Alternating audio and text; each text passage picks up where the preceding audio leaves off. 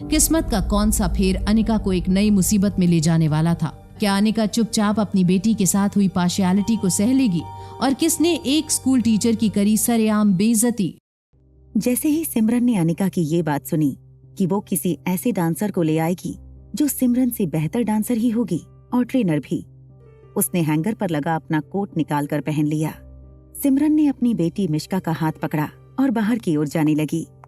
2 कदम चलकर सिमरन रुक गई और अनिका की ओर देखकर कहा, ऑल द बेस्ट। आशा करते हैं कि आपको आने वाले 10-15 साल में मुझसे बेहतर डांसर मिल जाए। और हाँ, एक और बात, तुम क्या नाम बताया था आपने?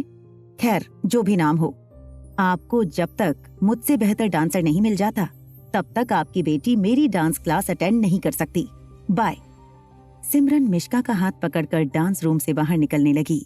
वो दरवाजे तक पहुंचने ही वाली थी कि किसी ने जोर से पीछे से उसके कंधे मजबूती से पकड़ लिए और उसका सर दीवार की ओर दबा दिया था। सिमरन ने अपनी पूरी ताकत लगाकर अपने आप को छुड़ाने की बहुत कोशिश की, मगर वो उस स्ट्रॉन्ग ग्रिप से अपने आप को छुड़ा नहीं पा रही थी। सिमरन का मुंह दीवार से दबा हुआ था और वो दबी आवाज में चिल्लाने लगी, छोड़ो मुझे, छोड़ो, ये क्यों कर रहे हो तुम? छोड़ दो मुझे। तभी पीछे से एक बड़ी ही पोलाइट आवाज सिमरन के कानों पर पड़ी। अनिका ने सिमरन के कानों के पास आकर कहा, मुझे तुम्हारी शर्त मंजूर है, मगर आज तुमने जो मेरी बेटी के साथ किया है उसके लिए तुम्हें सबके सामने माफी मांगनी पड़ेगी। पूरी ताकत लगाते हुए सिमरन अपने आप को छुड़ाने की कोशिश कर रही थी, मगर अनिका, जो एक ट्रेन्ड मार्शल आर्ट की स्टूडेंट थी, उसकी स्ट्रॉन्ग ग्रिप से निकल पाना सिमरन के लिए नामुमकिन था। सिमरन मदद के लिए आसपास खड़े टीचरों को आवाज लगाने लगी, हेल्प, समवन हेल्प मी, मुझे इस जंगली औरत से बचाओ। लगता है ये औरत किसी क्रिमिनल बैकग्राउंड से कनेक्शन रखती है। Help me. आसपास खड़े टीचर इतने शॉक में चले गए थे कि उन्हें पता नहीं चल रहा था कि इस वक्त वो किसका साथ दें। अनिका ने फिर से धीमी आवाज में सिमरन के कान में कहा, ये सब खत्म करने का एक बहुत ही आसान तरीका है। तुमने आज जो मेरी बेटी के साथ किया है उसके लिए माफी मांग लो और यहाँ से आराम से चली जाओ। जब सिमरन ने देखा कि उसके पास और कोई रास्ता नहीं था, सिमरन ने तेज सांसें छोड़ते हुए कहा, I am sorry, I am sorry, I am sorry. Sorry सुनते ही अनिका ने तुरंत ही सिमरन की कलाइयों और गर्दन पर से अपनी पकड़ एक झटके से छोड़ दी। झटके के कारण सिमरन अपने घुटनों के बल जमीन पर गिरी। अनिका ने सोफे पर लेटी रिया को अपनी गोद में उठा लिया। रिया, जो अभी भी बेहोशी का नाटक कर रही थी, इस बार अनिका ने देखा कि वो मुस्कुराने लगी थी। अपने कंधों पर रिया का सर रख के अनिका ने रिया के कान में कहा, कैरेक्टर मत छोड़ना। ये कहते हुए अनिका रिया को लेकर डांस रूम से बाहर चली गई। डांस रूम के अंदर मौजूद हर शख्स अनिका के इस बिहेवियर से हैरान हो गया था। कुछ टीचर मन ही मन ये सोचकर खुश भी हुए थे कि सिमरन जैसी बदतमीज औरत के साथ जो भी हुआ वो अच्छा हुआ। गाड़ी में बैठकर अनिका और रिया जोर जोर से हंसने लगे। रिया ने कार चला रही अनिका को पैसेंजर सीट पर खड़े होकर हग भी कर लिया। अनिका ने रिया को अपनी आंखों के सामने से धीरे से हटाते हुए कहा, डोंट बी अ किड रिया। कितनी बार कहा है, जब मम्मा ड्राइव कर रही हूँ तब ऐसी हरकतें मत किया करो। रिया ने कार सीट पर बैठे हुए अपनी मम्मा से कहा, मैंने भी आपको कितनी बार कहा है कि मेरे सामने ऐसी हरकतें ना किया करो जिससे मुझे आप पर इतना प्यार आए। रिया की हाजिर जवाबी देखकर फिर से अनिका को रिया पर आया हुआ सारा गुस्सा गायब हो गया।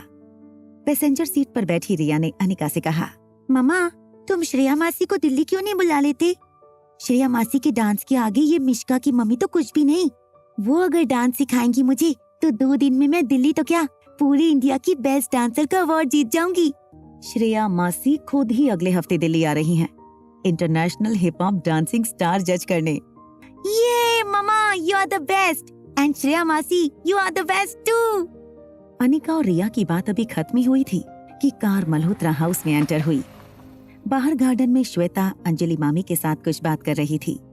जैसे ही अनिका गाड़ी से उतरकर गार्डन की ओर रिया के साथ आई, श्वेता ने बड़ी एक्साइटमेंट से अनिका से कहा, दीदी, एक बहुत बड़ी खुशखबरी है, तुम भी सुनोगी तो पागल हो जाओगी।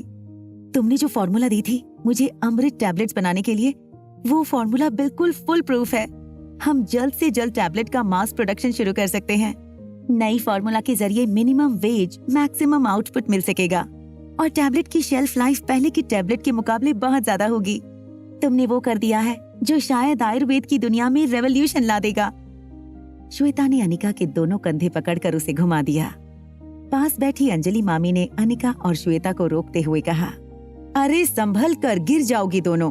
और हाँ, काम की बातें तो चलती ही रहेंगी। बड़ी बड़ी बातों में उलझकर छोटी छोटी बातें भूल मत जाना। जैसे ही अपनी मम्मी को ये कहते हुए सुना, श्वेता ने अनिका का एक हाथ पकड़कर उसे पूछा, दीदी क्या तुम मुझे आज कंपनी दोगी? हाँ बताओ, कहाँ जाना है तुम्हें? दीदी दरअसल मेरी एक डांसिंग ट्यूटर है।